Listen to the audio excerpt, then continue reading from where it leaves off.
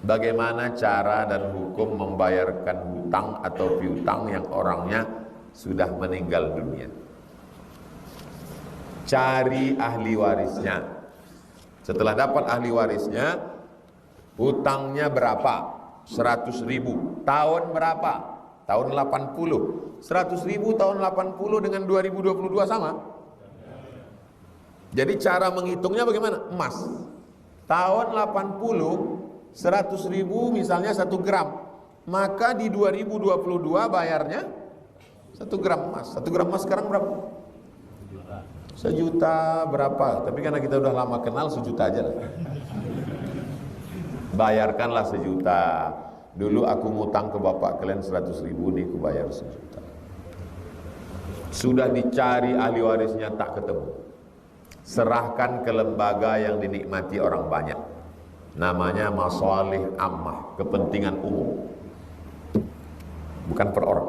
Yang datang ke masjid nih serahkan, ini saya serahkan, niatnya untuk membayarkan hutang pada orang karena dinikmati. Masjid ini kan dinikmati orang banyak kan. Dalam satu rumah tangga ada 2 akidah yang berbeda, laki-laki muslim, perempuan tidak Islam.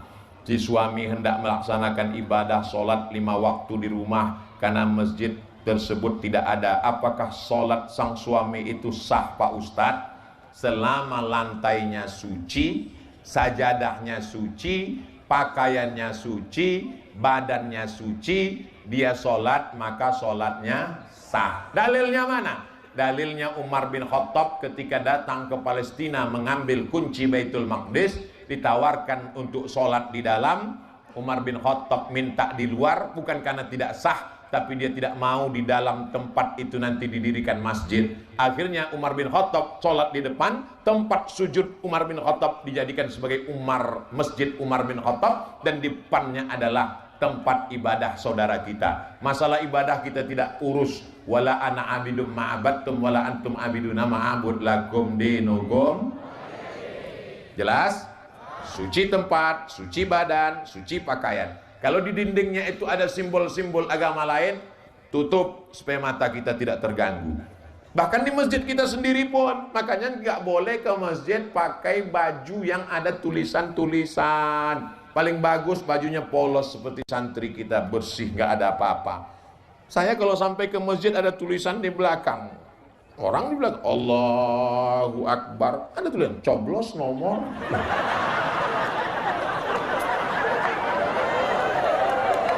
Ke masjid datang terlambat, pakai baju kaos, langsung ke depan sop nomor 1, Allahu Akbar, tertulis di belakang. Emang masalah buat lo? Aduh. Menurut agama Islam, untuk lebih baik setengah dari harta kita atau 1/4 harta kita baiknya Pak Ustadz? Untuk sedekah itu setengah atau 1/4? Hebatnya jamaah Ar-Rahmah nih, mau ngasih setengah. Saya sudah banyak ceramah, baru di masjid Ar-Rahmah ini orang mau ngasih setengah. Luar biasa masjid Ar-Rahmah. Nampaknya sebentar lagi selesai masjid ini. Nabi ketika haji wada, ketika pembebasan kota Makkah, sampai di Makkah menjenguk jamaah sakit. Sakit dia sudah. Lalu anaknya cuma 1 perempuan, menantunya kaya. Kata dia, ya Rasulullah, ambil semua hartaku ini. Kata Nabi, enggak. Itu dalil tidak boleh memberikan semua harta. Kalau engkau tidak mau semua, asyatru, ambil setengah ya Rasulullah. Kata Nabi, enggak, setengah pun enggak boleh. Kalau gitu as-sulusu, 1/3, ambil 1/3 ya Rasulullah. Kata Nabi, as-sulusu katsir. Antada'a warasataka aghniya, kau tinggalkan anakmu ahli warismu dalam keadaan mampu, khairun, lebih baik, min antada'ahum 'allatan, daripada kau tinggalkan anak keturunanmu miskin susah, yatakaffafuna 'alan nas, minta-minta. Bapak enggak boleh ngasih semua hartanya untuk Masjid Ar-Rahmah lalu anaknya jadi fakir miskin, enggak boleh. Makanya wasiat yang paling tinggi hanya boleh 1/3. Lebih dari 1/3 wasiatnya batal.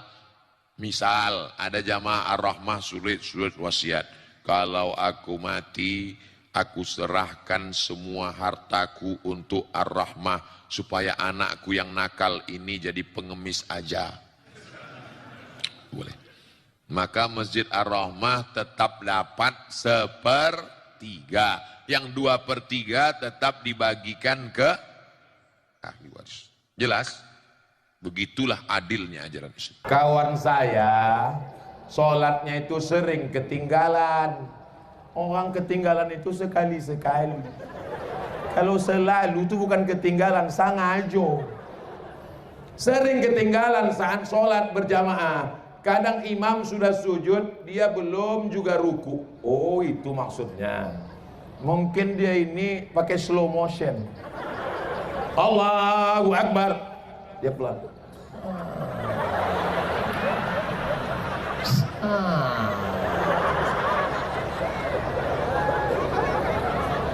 Lambat dia sujud, belum juga ruku.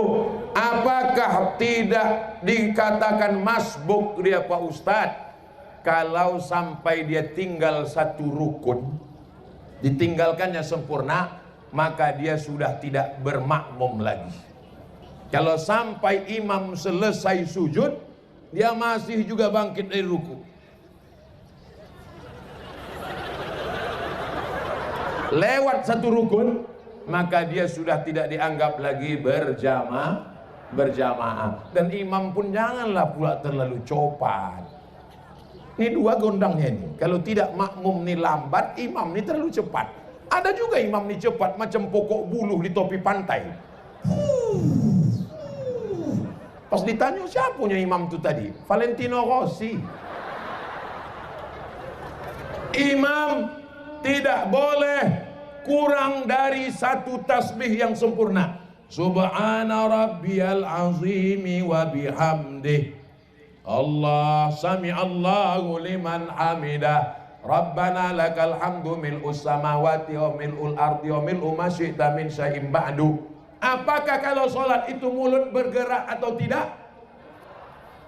Datang sahabat namanya Khabbab ibnul Arz. Siapa namanya?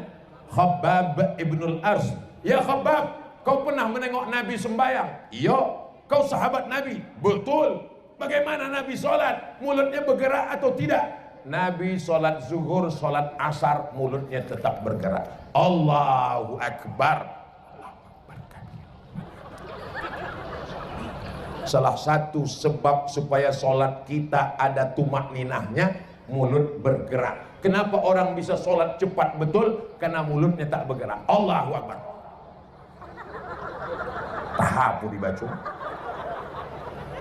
Apakah mulut Nabi bergerak? Ya. Dari mana kau tahu mulut Nabi bergerak? Bittirabi lihyati. Ku tengok jenggotnya bergoyang. Jenggotnya bergoyang karena rahangnya bergoyang. Rahangnya bergoyang karena dia membaca. Apa yang dimaksud haul? Bagaimana prakteknya? Membayar zakat itu mesti satu haul. Satu Rajab ke satu Rajab. Apa artinya? Satu haul itu setahun. Hala yahulu haulan, sampai satu tahun. Mari hadiri haul Syekh Abdul Ghani Al-Kampari Al-Khalidi An-Naqsabandi di Batu Besuek. Haul apa tu? Memperingati setahun meninggalnya. Maka berkumpullah semua mursyid-mursyid tarekat Naqsabandiyah, termasuk yang dari Aceh, karena ulama besar Aceh namanya Syekh Mudawali mengambil tarekat Naqsabandiyah dari Syekh Abdul Ghani Al-Kampari di Batu Besuek. Lalu kemudian diadakanlah haul. Apa saja isi haul itu? 5. Yang pertama baca Quran, yang kedua tausiah, yang ketiga zikir, yang keempat membacakan biografi Tuan Syekh supaya murid-muridnya kenal, yang kelima makan kenduri sebab keluarga ingin. Apakah pahala makan ini sampai? Sampai. Mana dalilnya? Saat ummi matat, makku mati, apa atasaddaqu anha, kalau aku bersedekah apakah sedekahnya sampai untuk almarhumah emakku? Kata Nabi, bersedekahlah engkau. Apa sedekah yang paling bagus? Sakyul ma, air putih. Sedang air putih saja sampai, apalagi ketupek gulai paku. Sedang air putih aja sampai, apalagi asam podeh bau. Sedang sampai air putih, apalagi makanan, rendang dan lain sebagainya. Maka itu sampai. Bacaan Quran sampai. Kata Imam Nawawi dalam kitab Al-Minhaj Syarah Sahih Muslim Ibn Al-Hajjaj, waktu Nabi membelah pelepah korma ditusukkannya ke kubur, pelepah korma bertasbih, tasbih pelepah korma aja sampai, apalagi bacaan Quran orang beriman. Tausiah bagus mengingatkan orang mati. Tapi guru kami Pak Ustadz di Saudi Arabia mengatakan tak boleh haul. Haul itu bid'ah. Itu acara sepekan memperingati Syekh Muhammad bin Abdul Wahab itu apa namanya? Memang namanya tak haul, tapi peringatan, memperingati. Itu ada museum Syekh Ibnu Utsaimin, ini penanya, ini kacamatanya, itu apa namanya? Banyak orang tak mau makan ikan. Makan ikan, Pak, saya nggak makan ikan. Tapi waktu ikan itu di blender, dicampur topung, jadi empek-empek kapal selam. Enak. Itulah ikan tuh, bonga. Paham? Jangan terjebak pada nama. Maulid tak boleh, maulid tak boleh. Tapi kenyataannya pas bulan Rabiul Awal dibacakannya Asy-Syama'il Al-Muhammadiyah. Itulah maulid itu. Jelas? Di tempat kami ada dua masjid, masjid yang lama dan masjid yang baru. Pertanyaan, boleh tak kami memindahkan sholat Jumat ke masjid yang baru? Masjid yang lama digunakan sholat 5 waktu dan keagamaan, maulid, Isra Mi'raj, nuzul Quran, mengaji. Yang namanya masjid itu ada dua. Kalau ada subuh, zuhur, asar, maghrib, isya, itu namanya masjid. Kalau ada sholat Jumatnya, namanya masjid jami. Berapa masjid? Kalau ada subuh, zuhur, asar, maghrib, isya, namanya masjid. Kalau ada sholat Jumatnya, namanya masjid jami. Dua-duanya masjid, dua-duanya amal jariah, dua-duanya pahalanya sama, dua-duanya kalau kita masuk tetap tahiyatul. Tapi di tempat kita jadi 5: surau, langgar, musola, masjid jami, masjid besar, masjid agung, masjid raya, masjid Islamic Center. Orang Jawa dilanggar tak mati. Di bumi Minangkabau, di Melayu surau, di Jawa langgar, di tempat lain musola. Surau, langgar, musola, itu namanya masjid. Jadi kalau di satu daerah ada masjid, bolehkah dua-duanya dilaksanakan sholat Jumat? Kalau angka jamaahnya lebih 40 orang, maka dilaksanakan. Di mana ada? Ini jalan raya di Kairo, sebelah kirinya Masjid Husain, kepala Sayyidina Husain, sebelah kanannya Masjid Al-Azhar, bertetangga, bersaut-sautan. Kalau cukup, maka dua-duanya dibuat. Tapi kalau tidak, masjid yang lama agak masuk ke dalam, kurang representatif, dipindahkan ke masjid yang baru, maka status yang lama tidak berubah, dia masjid. Tetap kita masuk tahiyatul masjid, pahala wakafnya tak berubah, hanya saja Jumatnya 1. Mau Jumat 2 boleh, walaupun dekat, dengan syarat tak kurang dari 40 jamaah. Kalau mau dibuat 1 saja dipindahkan, tetap boleh. Maka yang bersedekah, yang berwakaf, tak berkecil hati, karena dia tetap masjid. Jelas? Insya Allah jelas. Jadi kalau ada orang mengatakan selama ini Ustaz Somad itu tak jelas, paket kau tak cukup. 2. Bagaimana status sedekah jariah orang yang berinfak di masjid yang lama? Apakah pahalanya tetap mengalir meskipun masjid tersebut tak digunakan untuk sholat Jumat? Tetap mengalir karena statusnya tetap masjid. Kecuali dibuat pengumuman, mohon maaf, masjid ini sudah dirubah jadi museum. Mohon maaf, masjid ini sudah dirubah menjadi stadion. Maka tidak lagi mengalir. Tapi kalau dia masih tetap masjid, subuh, zuhur, asar, maghrib, isya, maka berlakulah di dalamnya hukum wakaf dan hukum masjid. Wa amruhum syura bainahum. Orang beriman itu memutuskan perkara berdasarkan musyawarah. Musyawarah mufakat.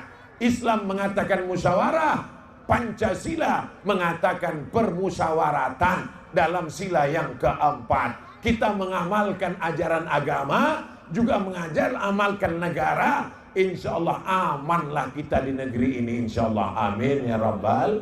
Saat ini sedang viral tentang nikah beda agama yang disahkan oleh pengadilan negeri. Sementara fatwa Majelis Ulama Indonesia mengharamkan pernikahan beda agama. Bagaimana pendapat Pak Ustadz tentang pernikahan beda agama?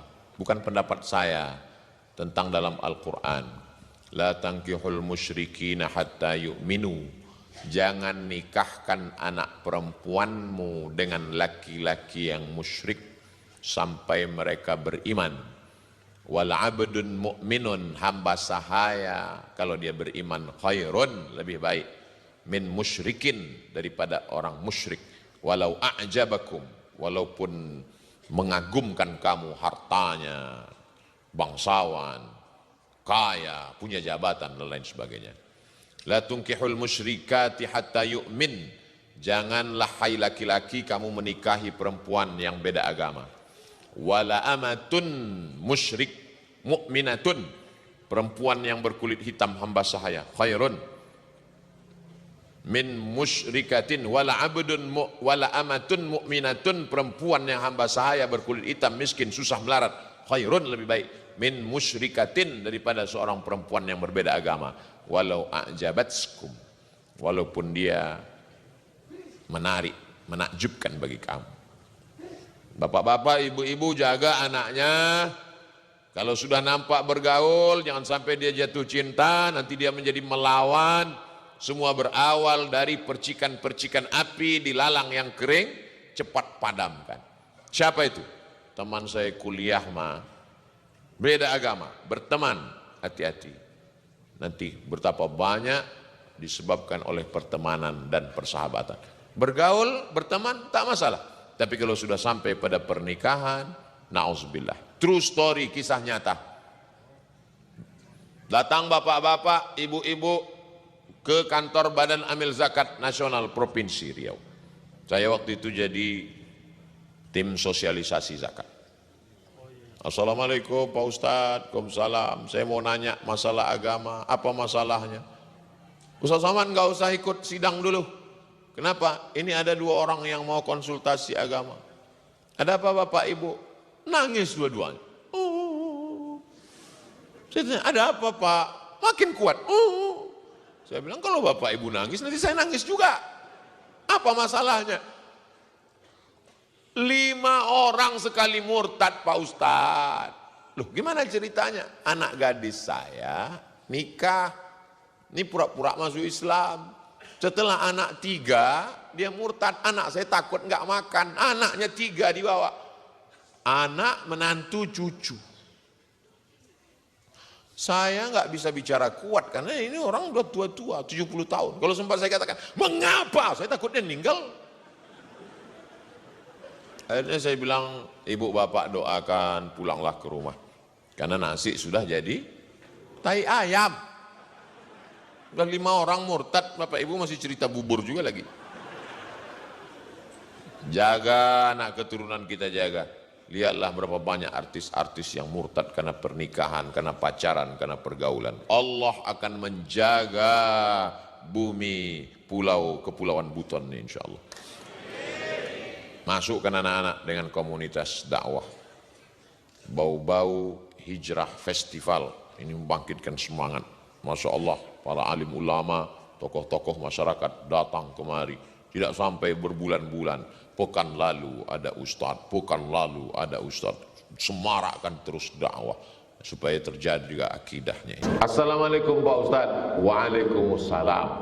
Bagaimana cara menjelaskan kepada anak bertanya, Ma, Allah itu rumahnya di mana? Allah itu bentuknya seperti apa? Rumah Allah itu di langit berapa? Tentu dengan bahasa yang sesuai dengan anak. Yang paling mengerti bahasa anak adalah ibu. Anak ini makan, tak mau dia makan. Ibu yang pertama mengatakan, makan ya nak, nanti kalau makan mama bawa ke mall. Ini namanya mak shopping. Makan ya nak, nanti satu suap 10.000. Ini namanya mak matre. Anak suka apa? Suka bintang. Dimasaknya lah telur bentuk bintang. Ini bintang. Ada satu lagi dibawanya pistol. Kau tak makan, ku tembak kau. Itu kan caranya. Substansi maknanya bagaimana dia supaya makan. Jadi ibu dengan bahasa ibu. Allah itu di mana? Allah itu tidak benda seperti kita. Sedangkan benda pun pernah ada nengok angin? Enggak, tapi ada kan? Ada. Jadi mengkiaskannya dengan yang lain. Kalau kita berjemur, kulit kita jadi hitam kan? Belum berjemur aja udah hitam mak, kata dia. Payah kau nak gini kau, kata. Apa yang membuat kulit itu ultraviolet? Ada kelihatan? Tidak kelihatan, tapi ada kan? Ada. Itu kalau kita naik pesawat, koper kita masuk ke dalam kotak, itu di dalam kotak itu ada cahaya, namanya cahaya X-ray. Makanya isi koper kita bisa kelihatan. Waktu kemarin kita pergi umroh ke ketahuan mama bawa sambal belacan 3 plastik kan? Ada cahaya itu nak? Tak nampak kan? Tidak. Tapi ada. Begitu juga dengan Allah. Nah, gitu. Jadi menjelaskannya pakai analogi kepada yang lain. Bisa nggak kita ngelihat wajah kita? Bisa. Bisa. Iya. Pakai apa? Mesti pakai cermin. Ngelihat wajah kita aja nggak bisa, apalagi melihat Allah.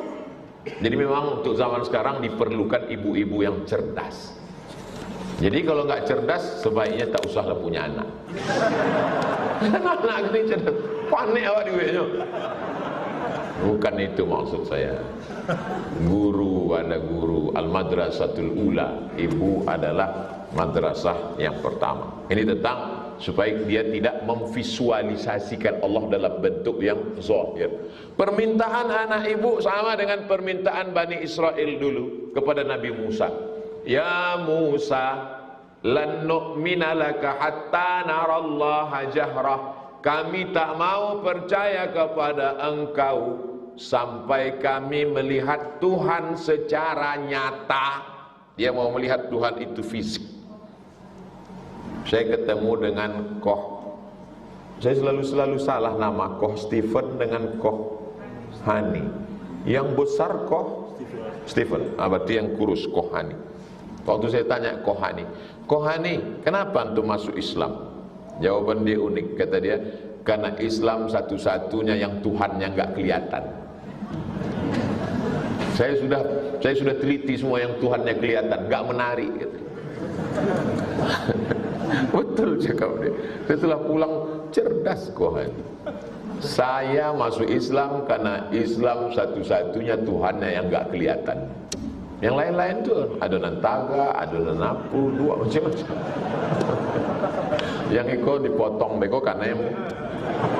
Apakah ada aliran sesat tarekat sebagaimana aliran akidah Usuluddin? Bagaimana pendapat Ustadz di negeri kita ini? Ada seorang ulama membawa muridnya jumpa wali Allah. Ayo murid-muridku kita jumpa wali Allah. Ya, sampai di masjid jumpalah orang yang dikatakan wali Allah itu. Oh itu dah wali Allah, ya itulah wali Allah. Lalu kemudian orang yang dibilang wali Allah itu meludah dalam masjid. Lalu apa kata Syekh ini? Ayo kita pulang. Kenapa guru? Ini kan wali Allah. Ini bukan wali Allah, ini wali setan. Dari mana dia tahu itu wali setan? Memang payah berpikir kalau saya lagi ingat bola ini memang. Saya ulang ceritanya ya. Ada seorang ulama mengajak muridnya jumpa wali Allah. Sampai di masjid jumpa wali Allah sedang berzikir. Tapi tak lama sudah itu dia meludah dalam masjid. Lalu apa kata guru ini? Ayo kita pulang. Tapi ini wali Allah guru. Bukan, ini bukan wali Allah, tapi ini wali setan. Dari mana dia tahu ini wali setan? Karena meludah dalam. Di mana dapat kitab cerita ini? Kisah ini ada dalam kitab namanya Ar-Risalah Al-Qushairiyah.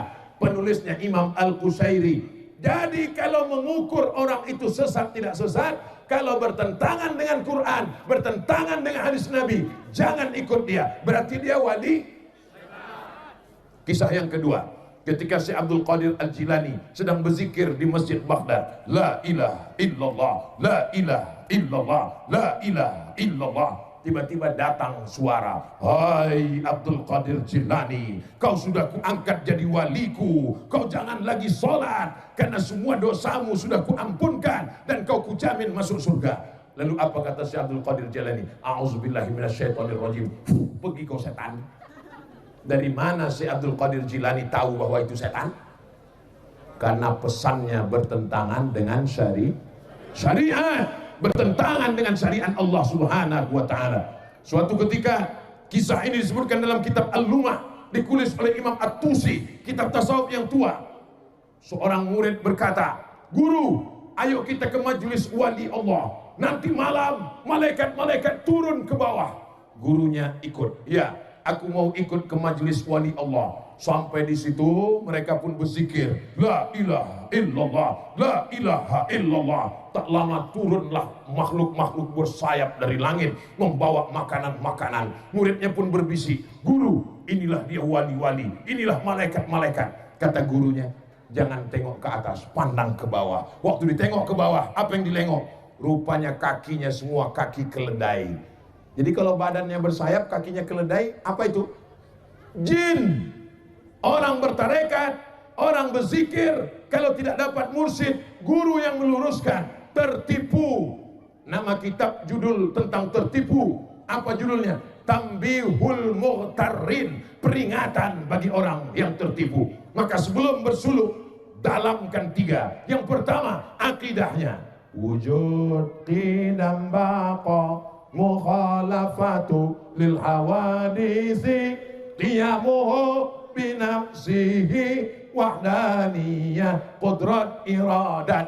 Saat berzikir Allah Allah Allah Allah Allah Allah, tiba-tiba datang cahaya bersayap dan mengatakan, akulah Allah. Apakah itu Allah? Dari mana Bapak tahu itu bukan Allah?